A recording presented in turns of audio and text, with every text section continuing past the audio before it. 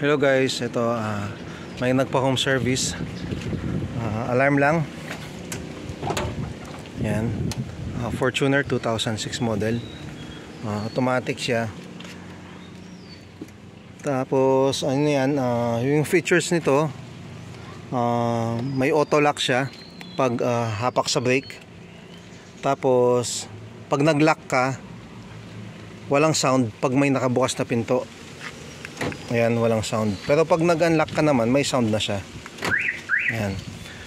Tapos pag sinara mo yung pinto, nag-lock ka, wala pa rin sound yun. Pero pag nag-lock ka ulit, may sound na. Ibig sabihin, yung mga 4 na pinto, nakalapat na.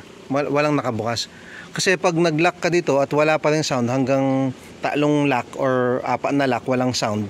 Ibig sabihin, may mga pintong nakabukas pa. Yun yung features niya. Tapos pag sinara mo to, yan, wait natin yung ano niya, yung signal niya na 3 signal na hindi ibig sabihin hindi siya naka-lock. Wait natin. Mga ano lang yun, mga 20 seconds or 40 seconds, ganun. Ayan, 3 sound yan. Yan.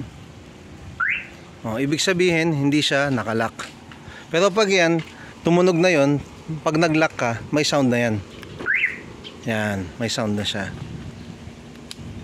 Yan lang guys. Thank you.